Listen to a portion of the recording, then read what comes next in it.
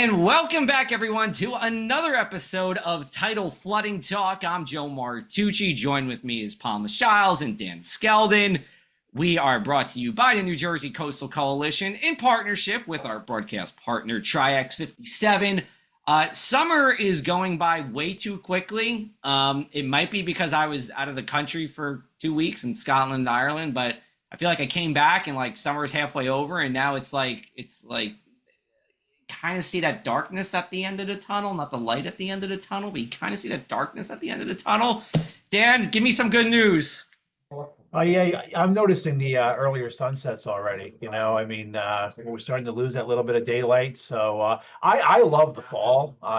Yes. So I'm counting down to what has been a very, very humid summer. I mean, more than anything else, it's just the consistently high humidity is just taxing this summer. But hopefully some comfier days are ahead. Palma, I know you're a fall person too, so maybe the darkness at the end of the tunnel should be some, I don't know, pumpkins and beer and whatever at the end of the tunnel.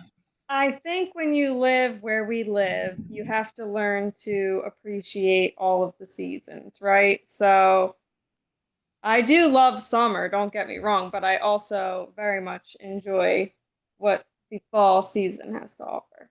Okay, and that's fair. As we know, Dan and Palma, their favorite seasons fall, right? Palma, number one is fall on your power ranking, right? That's fall is 4 on my power ranking. Right. And now this is a great time to bring in our guest, Frank Kummer from the Philadelphia Inquirer. He's an environmental reporter. He's been writing since 2001 there. Frank, you've seen a lot of seasons. What's your power ranking for your favorite seasons? I go fall number one. Fall number one. Where's summer on that list? Not even close. I have to say summer used to be much higher than it was. It's probably down to 3 because I can't take the heat anymore. It's way too hot. And you guys brought up humidity just before I joined in here. I was reading a Tony Wood story in the Inquirer. He's saying that it's the third muggiest June 1st to July 15th period in records going back to 1948. That's in Philadelphia. So he's looking at Dew Point, I believe. Yeah, he is, and Tony Wood is great. I've never met him, but I've heard a lot about him. And I wouldn't, I'm sure what he's saying is true. Kind of like we started off June like cool, like it was like we're waiting for summer, and then like June 5th, like Father's Day happened, and then boom, like all really, yeah, Joe. There's that old cliche. It's not the heat, it's humidity. But I think this summer that applies more than any other. And who would have thought? Some South Jersey people here, and you are in the minority as far as summer being your favorite season. You're surrounded by 3 fall people. Sorry, I'm always in there. I'm sure your opinion. I'm sure most people rank summer first. It's just not this particular group. And maybe, Joe, isn't your pet named after the fall? Yes, Autumn. We have a cat, Autumn, who's named after Autumn. That's because we got her in autumn. That didn't have anything to do with our, favorite season. And remember, like I said before, my least favorite season is a non-snowy winter. That is my least favorite season. Fall's above that. All right, let's get into what we were actually talking about here. So, Frank, you wrote a piece here, racing to save New Jersey Island before it is swallowed by rising seas. We were talking about an expanse of salt marsh known as Scotch Bonnet Island. It's kind of near Stone Harbor-ish. It's a good read if you type in your name, Frank, and Stone Harbor and Bonnet Island. You can read it there. Kind of like summarize what was your biggest takeaway from this story that you did, and how long did it take you to create a piece like this? Was this something you worked over a long period of time for? A week or so. I did a number of interviews. Probably I went on site to Scotch Bonnet Island, spoke with the director of the Wetlands Institute there, and some New Jersey Department of Environmental Protection people, and another scientist. So it took me probably a week to put together, in between other things. So my biggest takeaway is that I knew there were losses, wetlands losses in New Jersey, but I didn't know they were that rapid and that I don't want to use the term frightening, but that creating so much open water in such a short period of time from what was kind of essentially dry land. Yeah. Yeah. And, we've seen that in the Barnegat Bay. We've seen that, in the Delaware Bay with ghost forests. We'll get into all that. But Dan, looks like you had a question. No, I just what was the feedback? Obviously, lots of eyes on, any media publication going into summer. Mhm. The huge increase in traffic at the summer. What kind of feedback did you get from the article once it was published? Yeah, I know the story was widely read, and I received a lot of emails from people, the usual, people hoping the best for the area of Scotch Bonnet Island, and then some people chiming in about climate change, which they don't believe about. And even though I didn't really get into it in the story, I did talk about sea level rise. So there's always that part of readership that believes this is just a natural phenomenon. Yeah, we've seen that too. And, something I always like to say in talks is like, look, my job as a meteorologist, I'm not here to tell you what to think or what to do or what not to do about it, but I'm here to tell you the facts and the forecast. And the facts are sea levels rising. Some of it's due to anthropogenic climate change. Some of it's not, but it's happening, right? And we say that at the New Jersey Coastal Coalition. Doesn't matter what you feel about tidal flooding, Mother Nature already decided that for you, when you get rising seas and coastal flooding. I'll kick it over to Palma for a question. As a reporter, as a writer, do you have to be very careful with how you choose your words when addressing a hot topic like that? So you are sticking to the facts, and maybe if you do have an opinion about it, it doesn't come off that way? Mm-hmm. Yeah, in cases, especially with climate change, sometimes I don't even mention it in the story. This one, I don't think I mentioned it. But I talk about sea level rise. But so many stories in the past, I have gotten into, the fact that New Jersey is also sinking. Part of it is sinking as the water is rising, so it has that compounding effect. And so New Jersey is seeing faster than average around the globe sea level rise because of it. So, so I think I know how to word it, that I'm not being heavy handed, but the fact is it is happening. There is climate change, and as Joe pointed out, it is part of it is, part of the problem is man-made climate change. It's not just strictly natural phenomenon. Sure. You wrote in the story, just a one quote here: Scotch Bonnet Channel, a waterway that cuts through the bay to connect the barrier island to the mainland, has widened by 70 feet since 1970. So you're talking roughly 1.5 feet a year. Now, that's something that's, I think, pretty noticeable. A lot of times with sea level rise, as we know, it's like a couple of, an inch or two a year. And yeah, you're not going to, realistically, you're not going to notice that, in a year or two. But, 1.5 feet is something that's noticeable.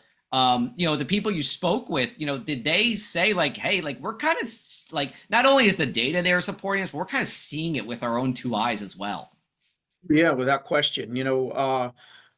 I think I can say that I've seen it over the years, is because I've vacationed at Avalon for decades. So I'm familiar with 7 Mile Island, some of the back bays and back channels. But Lenore Tedesco, who runs the Wetlands Institute, literally can see it out her window. If you've ever been there, there's a second floor deck. Just looking out on the deck, you have a whole view of Scotch Bonnet Island, and she's been able to personally, witness it over the years. Smaller kind of, squiggles of water picking up in the kind of bubbling up in the where it was once dry land, and those squiggly lines of water sudden, start to pool together, and they become open water. They become channels, smaller channels that weren't there before. So people are physically seeing it over the decades. Yeah. All right. We're going to take a brief break. We'll come back on the other side with more from Frank in Tidal Flooding Talk. Thanks to the New Jersey Coastal Coalition, your flood insurance bills are lower and your streets safer from the reality of flooding. Since beginning in 2013, we build more resilient shoreline communities. Our member towns develop and share in best practices that anticipate future concerns and create flooding solutions. From our town-specific free web app for flooding information to our weekly Tidal Flooding Talk show, we focus on flooding 24/7. Visit www.njcoastalcoalition.com for more. welcome back to this week's Tidal Flooding Talk. Great discussion with our guest Frank from the Philly Inquirer and my co-host Palma and Joe back with us as well for this week's Tidal Flooding Talk. Frank, I was wondering too, since the publication of this piece, any, interest, or is anyone pointing out other pieces of land along the shore that they've noticed similar impacts locally, maybe like in South Jersey or up and down the Jersey Shore, where they're seeing something similar that's happening in Scotch Bonnet Island?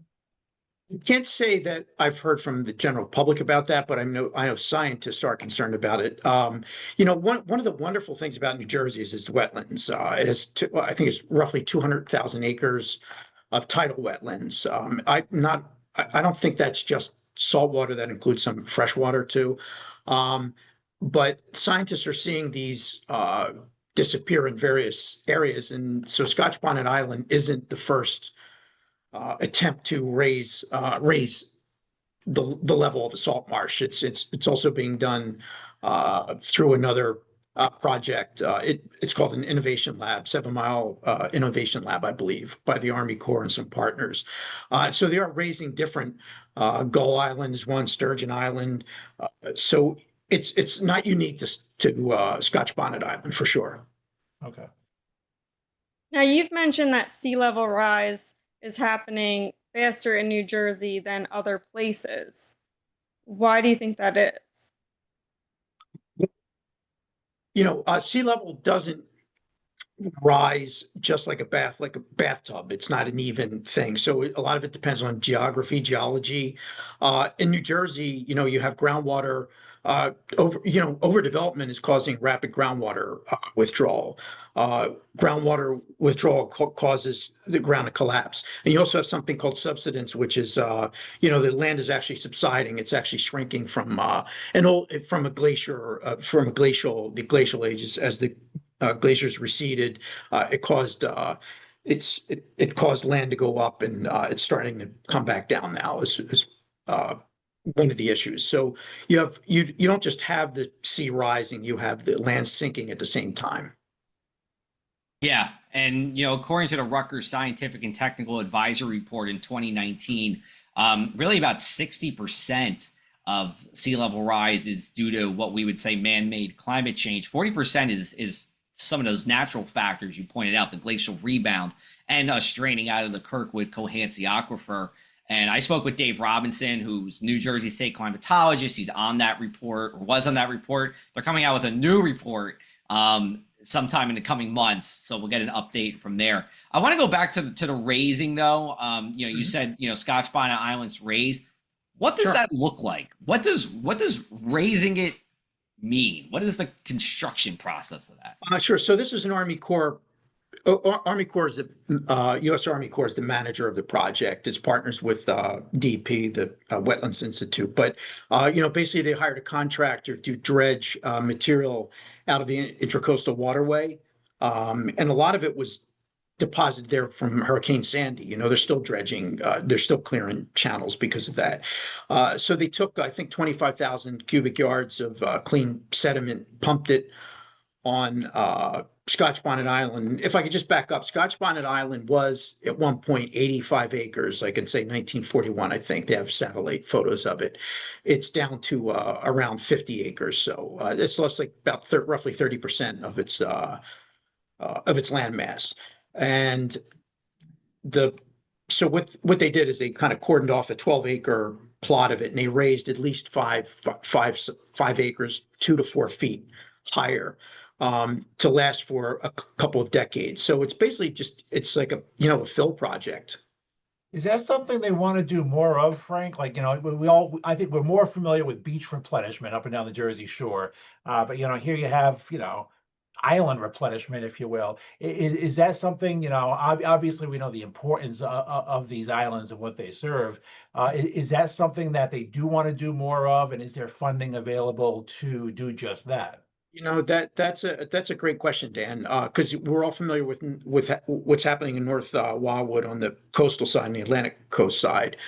Is that it's collapsing, and the federal government has to keep pumping money into it. So now you're starting to see that in the back bay, which is alarming to some degree. You've been fighting sea rise on the coast, the outer coast, and now you're coming in inside. But yeah, they are trying to do it. There are a couple other, like I said, there's Sturgeon Island on Gull Island. There's similar ways or similar wetlands, marshes that are being raised along with Scotch Bonnet Island. So they do plan to do more of that. One of the problems is there just isn't enough clean fill.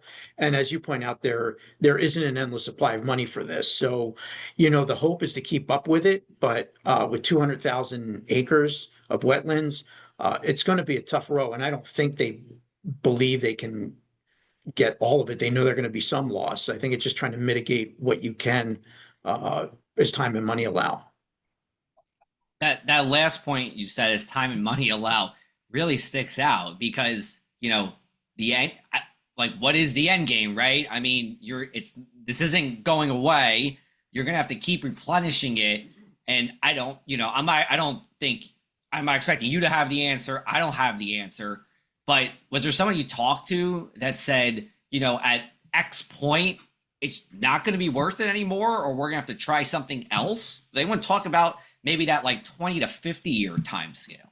Well, that's interesting because you guys are familiar with the Delaware Bay side too, where the state is basically in retreat. And what they're saying is basically we don't have the money to keep Money Island afloat or whatever. And so they bought people out with the Blue Acres program.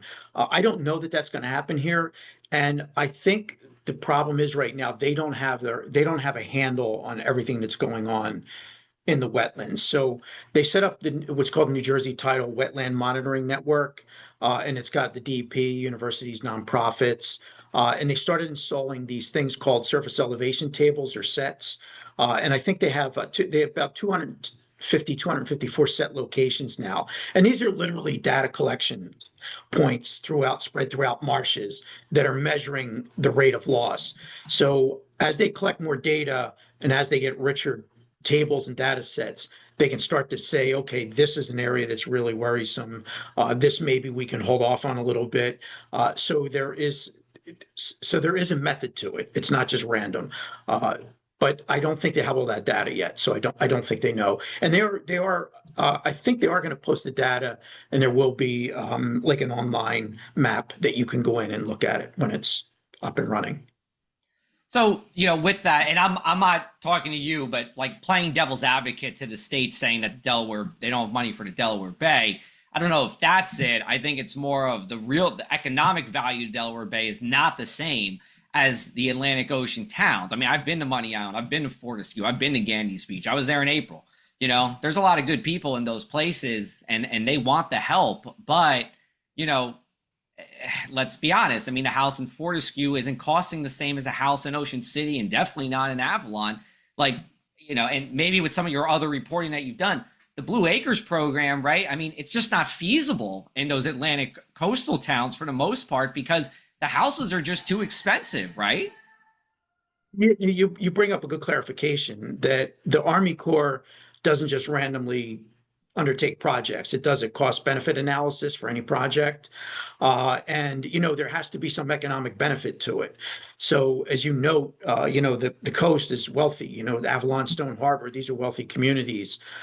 There's an tangible economic benefit to keeping them intact and whole. There's less on the Delaware Bay side, as you note. So yeah, it's not so much there's not a pot of money for it. Is it an economic reason to go into those areas? Yeah. And it looks like, we already have that answer from the state as it is now. These things will definitely change over time. That's not really our purview, but that's just the way it is. All right. We'll take one more break. We'll come back on the other side. We'll wrap it up with Frank from the Philadelphia Inquirer here on Tidal Flooding Talk.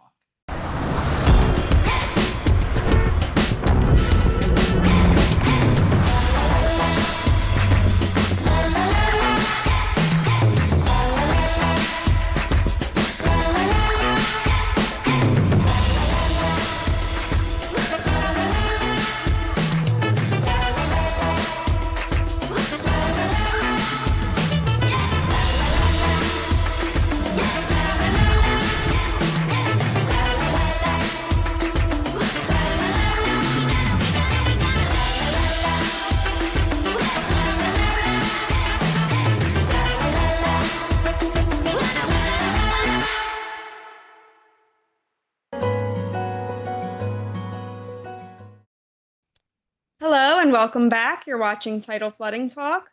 We're brought to you by the New Jersey Coastal Coalition, and we would like to remind our viewers to insure your property. Most home insurance policies do not cover flood damage. That's why having flood insurance is crucial. Through the National Flood Insurance Program, communities partners with FEMA to make coverage available, often at discounted rates. So know your risk, explore your options, and make sure you're covered before the next storm hits. All right. And we are back with Frank Kummer from the Philadelphia Inquirer. We're going to wrap up our conversation with him, talking about reclaiming and the situation with some of these islands in the back bays and how they're going underwater.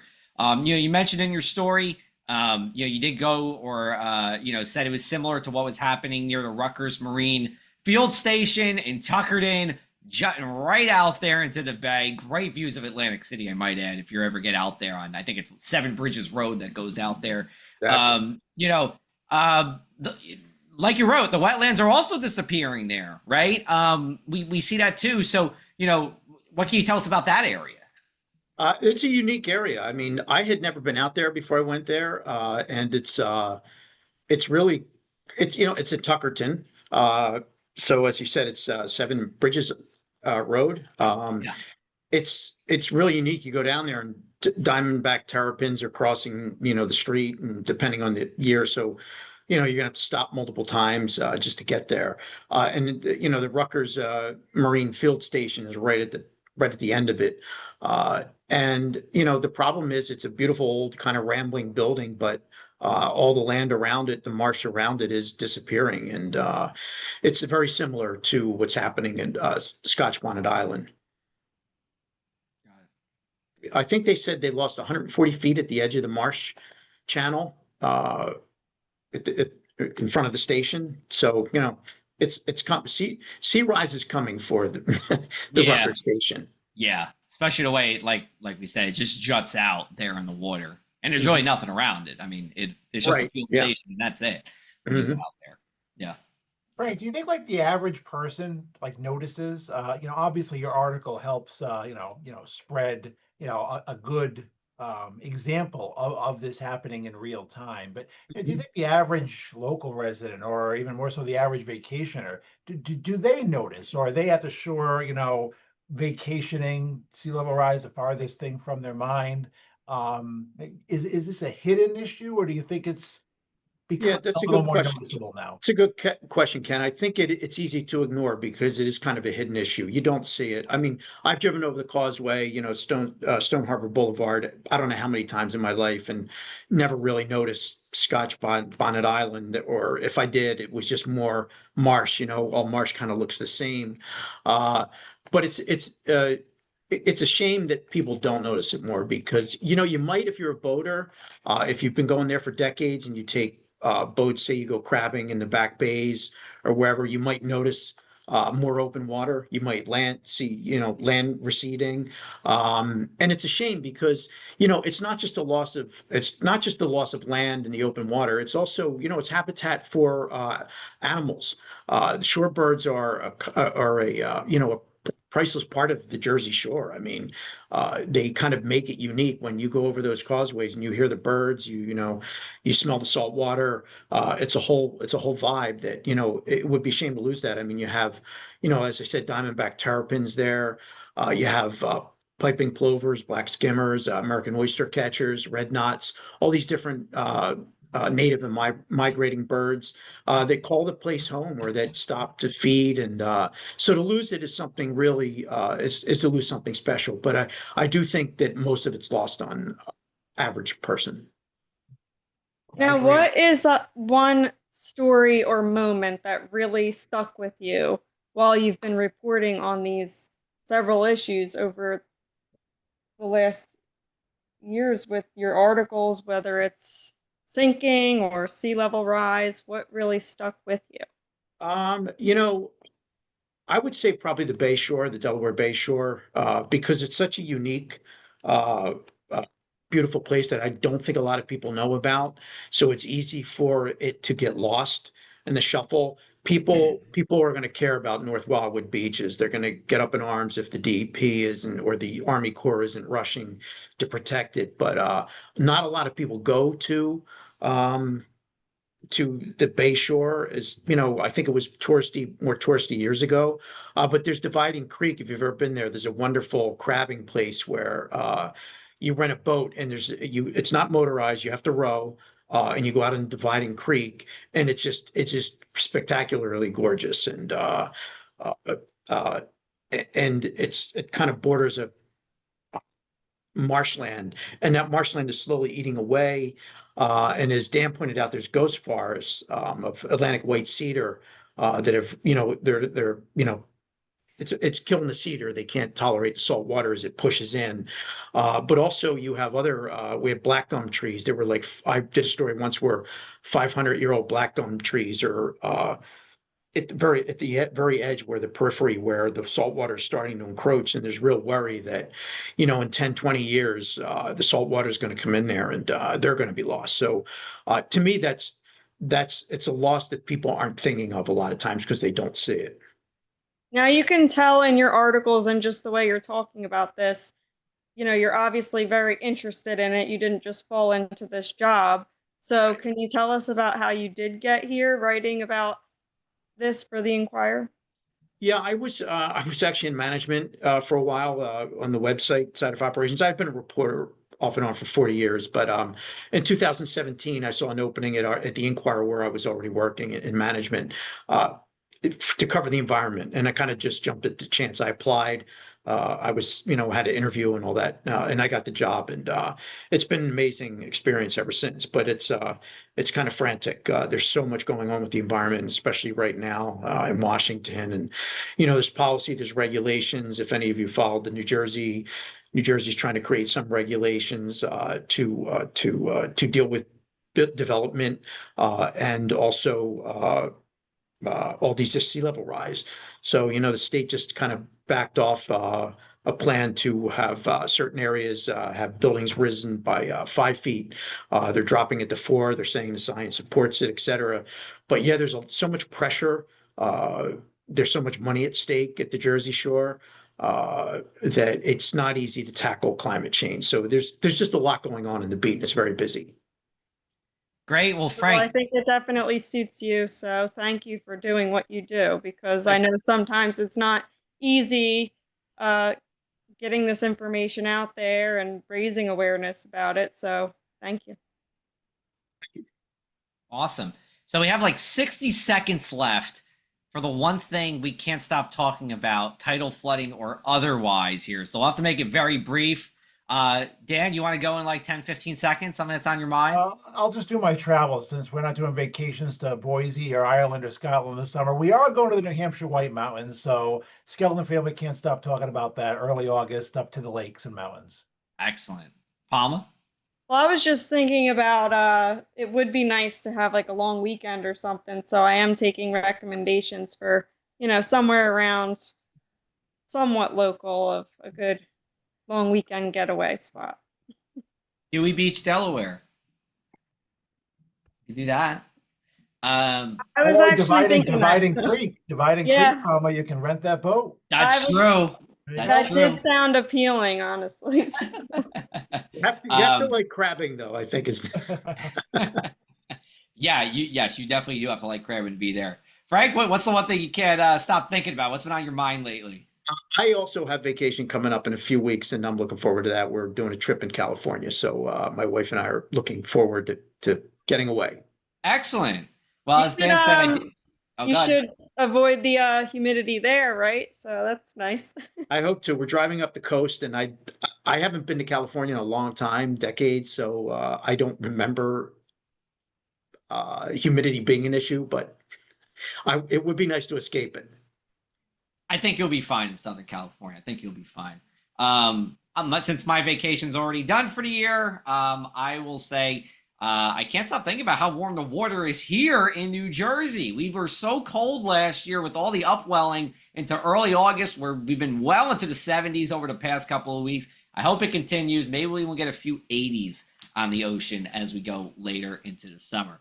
Frank, thanks so much for joining us. We appreciate it. Last word to you. Where can we follow you for more? Inquirer.com. Excellent. And if you click on one of my stories and click on my name, it'll show you all my stories in chronological order. So Great. Excellent. Well, Frank, thanks so much for the time. And we'll be back with you again. And to everybody watching, thank you so much for watching Tidal Flooding Talk. thanks for having me.